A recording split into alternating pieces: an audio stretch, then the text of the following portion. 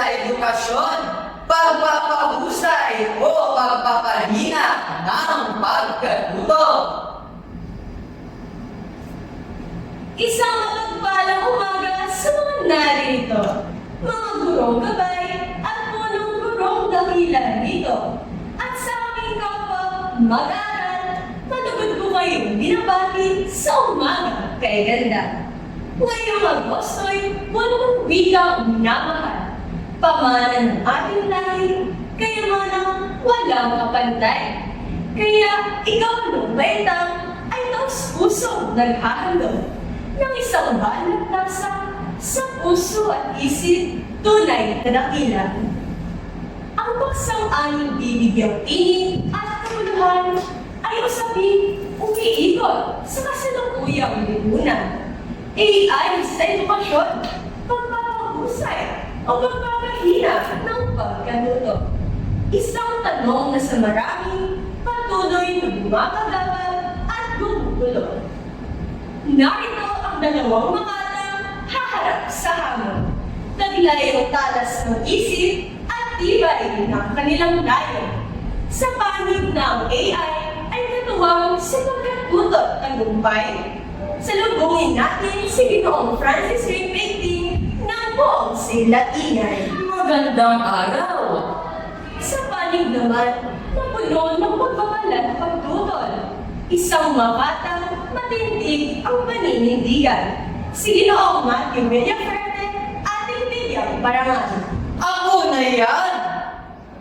Kung kayo'y handa na, huwag na magatubili. Palakpakan natin ang dalawang makatang handang sumakap sa labanang walang suntukan, ngunit malalim ang pangangatwiran. Magandang araw sa guro aming tanglaw, sa kapwa mag-aaral na ngayon'y dumalaw. At sa lahat na narito bukas ang isipan, pakinggan ang panigong, takan ang kadbiran. Sa pagbusbong ng agham may pangambang kagapay, bagong dulong ay hinusga na tila isang kaaway. Artificial na intelihensiya, bunga ng isipan, hindi salot nasisira sa landas ng karunungan. Hindi nito inakagaw ang dalas ng kaisipan, nininahalili ang guro sa dakilang tungkulan. Pagkus ito'y kalubang sa bawat pag-aaral, tanglaw sa paghahanap ng dulong at wastong aral. Kagalang-galang ng aking diwa, katunggali kong marangal. Narinig ko ang iyong tinig, nalitik sa parangal. AI raw ay tanglaw, gabay sa karunungan. Ngunit may liwanag rin bumubulat sa isipan. Bunga man ito ng talino at dunong ng sangkatauhan. Hindi lahat ng bungay dapat agad pagkatiwalaan. Ang apoy may nagbibigay ng init at liwanag. Ngunit sa maling paggamit, kapahamakan ang kaakibat. Kaya't ako'y naninindigan sa harap ng sambayanan na ang AI di dapat gawing sandigan sapagkat ang isip na laging inaakay ng makina unti-unti ring nalilimot ang sariling talino ng diwa. Hindi dapat sindakin ang buwang karunungan sapagkat ito'y likha ng talino ng sambayanan. Nagbibigay liwanag sa landas ng mag-aaral upang higit na lumalim ang isip sa bawat aral. Hindi nito inaagaw ang talas ng isipan, Hindi ba talaga? pagkus pinalalawak ang lawak ng kaalaman. Pinalalawak ba talaga? Hinahasang pagbunaw at masusing pagsusuri upang katotohanan ay higit pang mapaghari. Kung ang lahat ay tinahal na ilaw ng ispan, Parang layo naman. bakit AI ang hatulang salot sa karunungan? Kapwa silang kasangkapan sa pagpupok ng isipan kung wasto ang pagkamit at may pananagutan. Ani raw ng aking katunggali, AI raw ay parang aklat. Kapwa kasangkapan sa pag-ubog ng pangarap. Ngunit ako'y tututol sa paghahambing na iyan, sapagkat magkaiba ang kanilang pinagmulan. Ang aklat ay ilog na ikaw ang tatawid. Sa bawat pahina, isip mo ang tatahak at sisid. Ngunit ang AI tulay na handang maghatid. Kaya ang pagsisikap ay madaling mapatid. Ang pinatatalas nito ang ating isipan. Bakit sariling sagot ay hindi maipaliwanag ng karamihan? Hindi dami ng sagot ang sukatan ng duno, kundi kung paano ito natamo ng may pag-unawa at layon. Artificial na buwan ng haluan, hibuhong ng tao sa tiyagat at kaluluhan. Hindi ito nilikha upang tao ay mapalitan, kundi maging katuwang sa landas ng kalaman. Pinabibilis nito ang paghang ng kalaman at pinalilinaw pa ang mga araling mahirapan. Ngunit wala itong budhi ni sariling damdamin.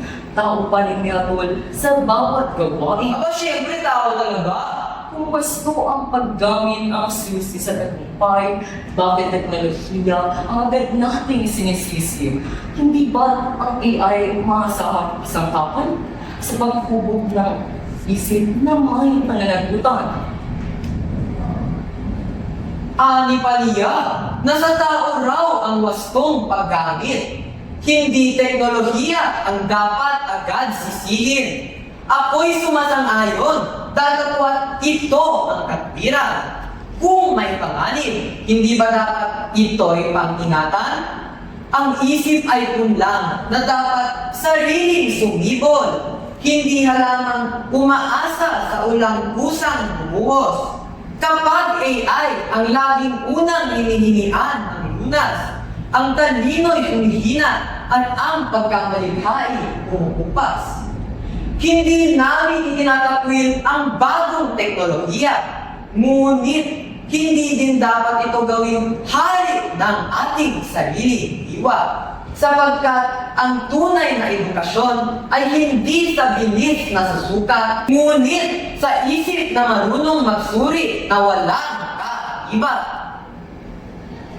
Tama na, sukat na, marilingan ng bata. Ang pagdatali niyo'y dito magwawakas na. Kapwa ninyo may pamalas ang talas ng pangangatiran at pinayabong ang usapin dapat pagnilayan ng sambayanan. Kaya mga guro, panauhin at kabataang narito. Dahil baba ang aral na napulot sa pagtitipong ito. Yakapin ang pagbabago, huwag katakutan ang bagong panahon. Ang AI ay kasangkapan lamang sa ating paglalakbay, ngunit ang karunungan ng tao'y dapat manatili tanglang ng buhay. Sa ngalan ng ikawalong baita, muli namin ipinagbubunyi ang wikang Pilipino na matatag, marangal at laging mananatili. Isang makahulugan at maligayang buwan ng wika sa ating lahat. At bilang huling-hiling ng inyong aba at magandang makandiwa, kung kayo'y nabighani sa laban ng talino't pananalita, ipagkaloob mo sa ating mga makata ang isang masigabong palakpakan. AI sa edukasyon, pagpapahusay o pagpapahina ng pagkatuto. Sino nga ba ang nagwagi sa pagtitipong ito? Si Ginoong Francis Ray 18 o si Ginoong Matthew Villaferre? Ang pagpapasya ay nasa inyo na. Laging tandaan, ang AI ay huwag pagsuhin sapagkat ito'y kaagapay sa ating paglalakbay. Maraming salamat po at paalam!